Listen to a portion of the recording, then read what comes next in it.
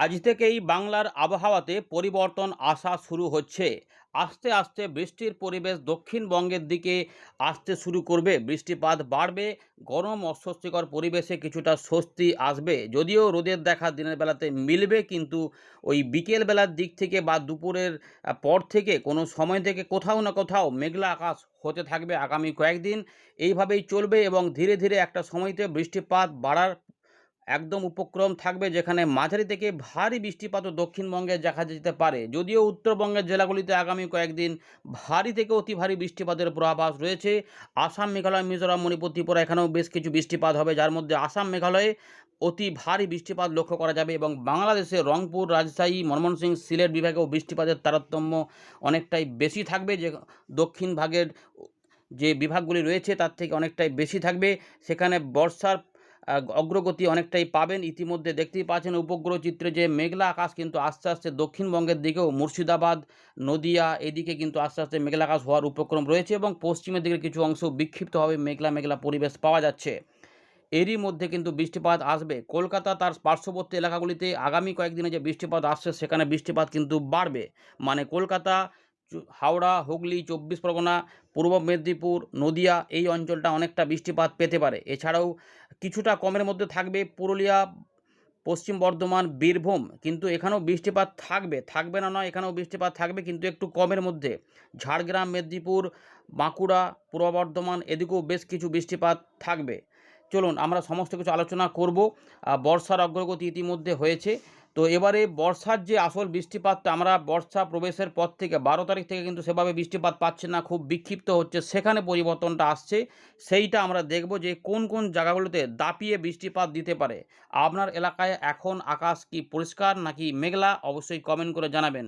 আর আপনার জায়গাটা উল্লেখ করতে ভুলবেন না। ভিডিওটিকে লাইক করে দেখতে থাকুন, আমরা দেখাচ্ছি, পুরো বিষয়টিকে দেখুন। দেখুন বন্ধুরা, ইতিমধ্যে আলিপুর আবহাওয়া দপ্তর ১৭ তারিখে জানাচ্ছে যে উত্তরবঙ্গের জেলাগুলিতে অরেঞ্জ অ্যালার্ট রয়েছে, যেখানে ২০ তারিখ পর্যন্ত অতি ভারী বৃষ্টিপাতের কমলা সতর্কতা, পাশাপাশি ২১, ২২, ২৩, এখন দেখুন ২৩ তারিখ পর্যন্ত উত্তরবঙ্গের জেলাগুলিতে ভারী থেকে অতি ভারী বৃষ্টিপাত হবে বলে জানাচ্ছে। তার মধ্যে ২০ তারিখ পর্যন্ত সময়ের মধ্যে বর্তমান সময় থেকে বেশি বৃষ্টিপাত হবে। এই কমলা সতর্কতাগুলি আছে মূলত আলিপুরদুয়ার, কোচবিহার এবং জলপাইগুড়ি এই ৩টে জেলাতে। ভারী বৃষ্টিপাত থাকবে দার্জিলিং, কালিম্পং এবং কোচবিহার জেলাতে, কিছুটা উত্তর দিনাজপুর জেলার উত্তরভাগেও হতে পারে। এই পরিস্থিতিগুলো এই যে উত্তরবঙ্গের পার্শ্ববর্তী এলাকা অর্থাৎ বিহারের উত্তরভাগ, তার পাশাপাশি আসাম, মেঘালয়, রংপুর এই দিকগুলোতে, ময়মনসিংহ, সিলেট এই যে এলাকা রয়েছে, রাজশাহী এই এলাকার মধ্যে বৃষ্টিপাতের প্রকোপটা বাড়বে। এগুলো কিন্তু প্রত্যেককে শেয়ার করে জানিয়ে দেবেন। গাঙ্গেয় পশ্চিমবঙ্গের অবস্থা, এখানে ভ্যাপসা গরমটা আমাদের নাকানি চোবানি খাওয়াচ্ছিল।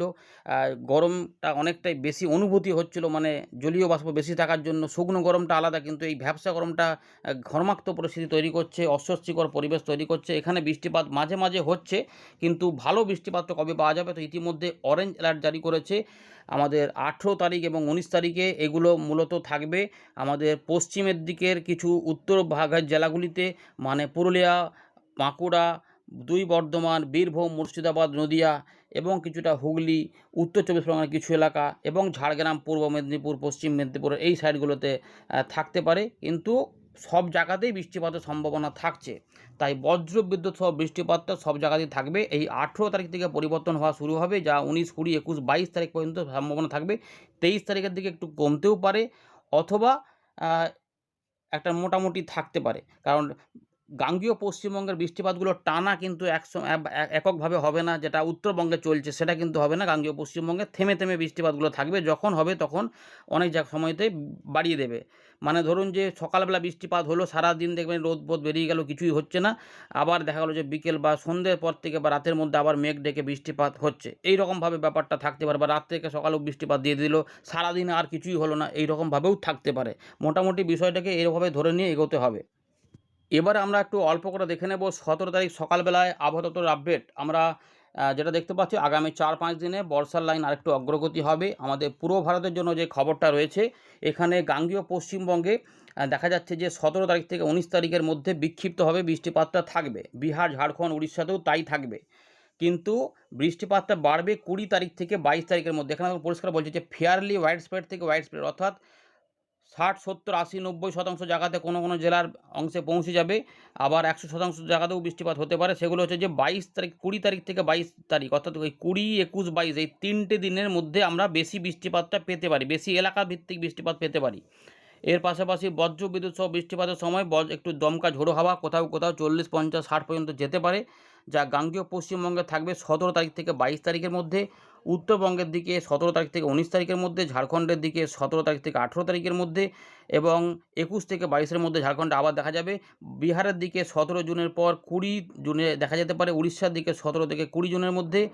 আর মাঝে মাঝে দমকা হাওয়া একটু কমের দিকে 30 থেকে 40 দেখা যেতে পারে উত্তরবঙ্গের জেলাগুলিতে 20 তারিখ থেকে 22 তারিখের মধ্যে। বিক্ষিপ্তভাবে ভারী বৃষ্টিপাত হবে বিহারের দিকে এবং অতি ভারী বৃষ্টিপাত থাকবে উত্তরবঙ্গ সিকিমের দিকে 17 তারিখ থেকে 22 তারিখের মধ্যে। দু এক জায়গায় কালবৈশাখীর মতো ঝড় বৃষ্টি ঝাড়খণ্ডের দিকে 19 থেকে 20 তারিখ, বিহারের দিকে 18 থেকে 19 তারিখ এবং 21 থেকে 22 তারিখে দেখা যেতে পারে। উত্তর পূর্ব ভারতে বর্ষার প্রবেশ হয়েছে, সেখানেও এবারে বৃষ্টিপাত বাড়বে। ভারী থেকে অতি ভারী বৃষ্টিপাত মূলত আসাম এবং মেঘালয় এই দুটি রাজ্যে দেখা যাবে 18 তারিখ থেকে 20 তারিখের মধ্যে। 18, 19, 20 3 দিন। এছাড়া শুধুমাত্র বিক্ষিপ্তভাবে ভারী বৃষ্টিপাত হবে অরুণাচল প্রদেশ, আসাম, মেঘালয়ে 21 থেকে 22 তারিখ। এর পাশাপাশি নাগাল্যান্ড, মণিপুর, মিজোরাম, ত্রিপুরাতে 18 থেকে 20 তারিখের মধ্যে দেখা যাবার সম্ভাবনা রয়েছে। এদিকে আমরা যেটা দেখতে পাচ্ছি যে এখানে তাপমাত্রা খুব একটা বেশি কিছু পরিবর্তন হওয়ার সম্ভাবনা নাই, তবে মধ্য ভারতে 2 থেকে 3 ডিগ্রি তাপমাত্রা 19 তারিখের পর থেকে পতন হবে। তার মানে বুঝতে পারছেন যে তার মানে ওইখানেও বৃষ্টিপাতটা পৌঁছে গিয়ে ঠান্ডা পরিবেশ তৈরি করতে পারে। এগুলো কিন্তু মোটামুটি রয়েছে। আর এখানে আমরা যেটা দেখব যে ওয়েদার সিস্টেমে কি পরিবর্তন হয়েছে সেটা একটু দেখে নিই, তারপর আমরা উইন্ডিতে ফিরে যাব। তো ইতিমধ্যে বর্ষা নিয়ে আমরা বলে দিয়েছি। বর্ষার লাইনটা ইতিমধ্যে রয়েছে, যেটা রাঁচি, জামুই, মুজফ্ফরবাদ এই সমস্ত এলাকার উপর দিয়ে রয়েছে, হায়দ্রাবাদ বা সোলাপুর, হারানি এই সমস্ত জায়গার উপর দিয়ে রয়েছে। আর এখানে দেখি এখানে ঘূর্ণাবর্ত কিছু আছে কি না। একটা পশ্চিম মধ্য বঙ্গোপসাগর থেকে রয়েছে কোস্টাল কেরালা, এখানে একটা দেখা যাচ্ছে। পাশাপাশি উত্তরপ্রদেশের পূর্ব দিক থেকে দক্ষিণ অন্ধ্রপ্রদেশ পর্যন্ত রয়েছে। আর এখানে নতুন পশ্চিমী ঝঞ্ঝা আসবে বলছে এমন কিছু। আর পাঞ্জাব থেকে বিহার পর্যন্ত একটি মৌসুমী অক্ষরেখা রয়েছে, যা হরিয়ানা, উত্তরপ্রদেশের উপর দিয়ে বিস্তৃত রয়েছে। আর হরিয়ানার কাছে একটি ঘূর্ণাবর্ত কাজ করছে। মোটামুটি এইগুলোই ঘূর্ণাবর্তগুলি রয়েছে। বাকি আসাম বা বিহারের কাছে যে সমস্ত ঘূর্ণাবর্ত ছিল সেগুলি লেস মার্কড হয়ে গেছে বলে এখানে উল্লেখ করা হয়েছে। বর্ষার অগ্রগতি এই পর্যন্তই হয়েছে, যেটা ছাই রঙে রয়েছে।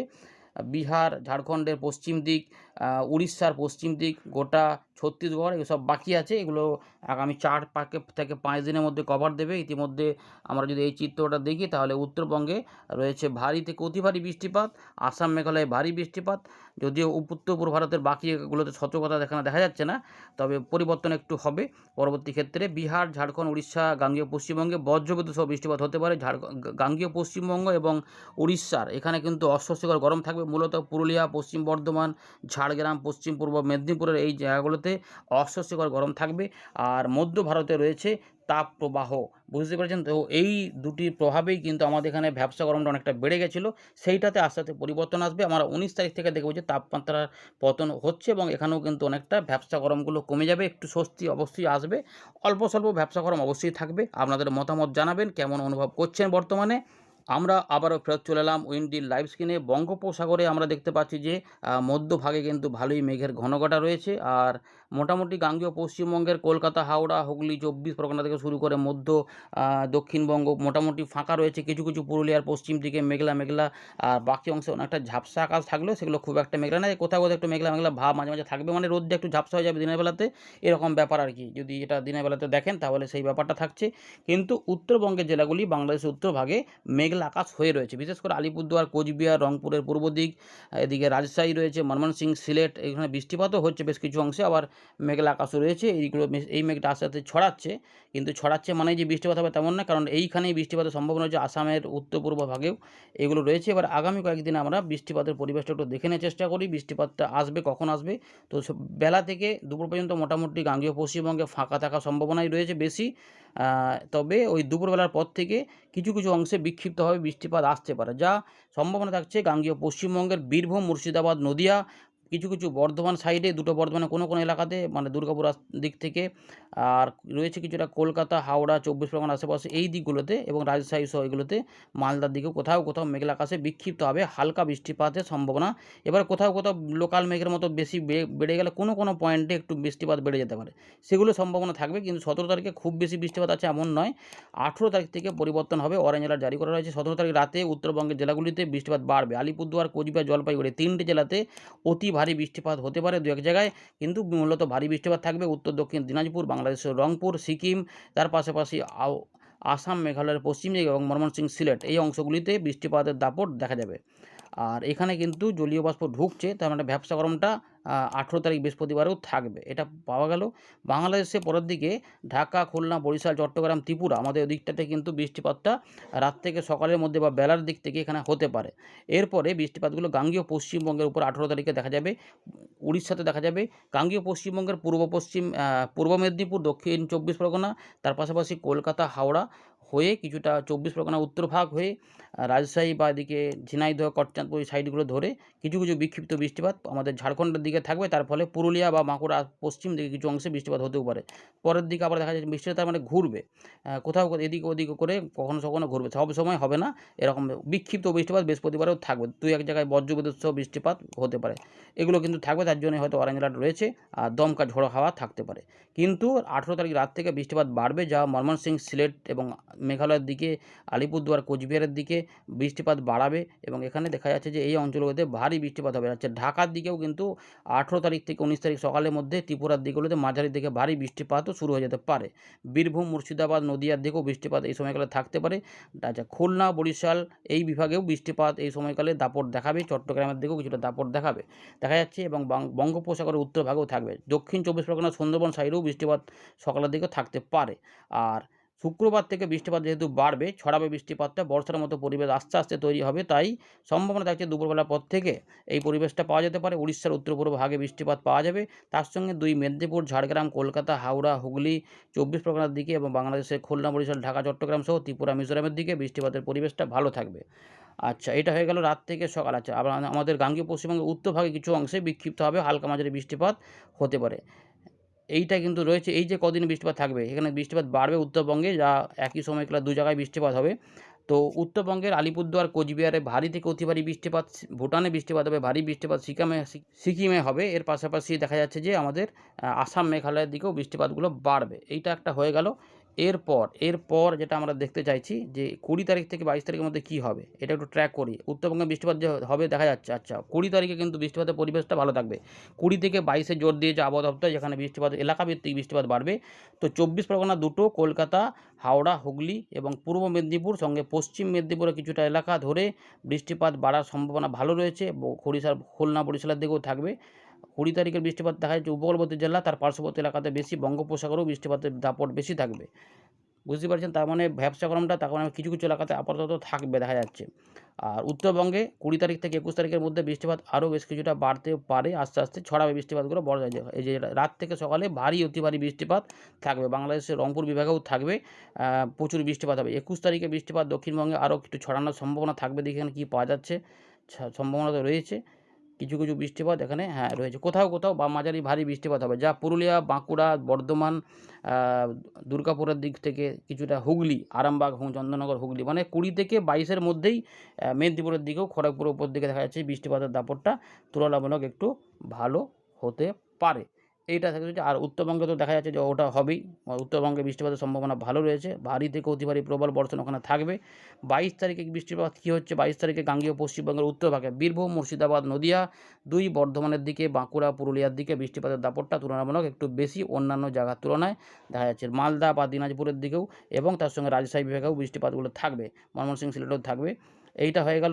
23 তারিখে কী হবে, 23 তারিখে গাঙ্গেয় পশ্চিমবঙ্গের পূর্ব দিকের জেলাগুলিতে একটু বৃষ্টিপাতের সম্ভাবনা বেশি এইটা হয়ে গেল। এবার এই ২৪ তারিখের দিক থেকে ২৫ এর মধ্যে গাঙ্গেয় পশ্চিমবঙ্গে বৃষ্টিপাত একটু কমে যাওয়ার সম্ভাবনা। উত্তরবঙ্গে এই সময়কালে আবার ২৫ তারিখ থেকে বৃষ্টিপাত ঢুকবে ভালো করে। একটু বিরতি দেবে হালকা করে, তারপর আবার বৃষ্টিপাত ঢুকবে। ভালো করে দেখুন, এই যে ভারী, অতি ভারী, প্রবল বর্ষণের মাত্রা, এইগুলো কিন্তু এবারে নেপালের দিকে অগ্রসর হওয়ার সম্ভাবনা থাকবে মাসের শেষের দিকে। দেখা যাক, ট্র্যাক করছি, দেখতে থাকুন। গাঙ্গেয় পশ্চিমবঙ্গে বৃষ্টিপাত বিক্ষিপ্ত, এই যে ২৬ থেকে ২৭ প্রচুর মাত্রার বৃষ্টিপাত সিকিম, ভুটান, নেপাল, আলিপুরদুয়ার, কোচবিহার, জলপাইগুড়ি, দার্জিলিং, কালিম্পং এবং এটা বর্ষার অগ্রগতি এই দিকে একটু সরতে থাকবে, মানে উত্তর পশ্চিম ভারতের দিকে অগ্রগতি হতে থাকবে।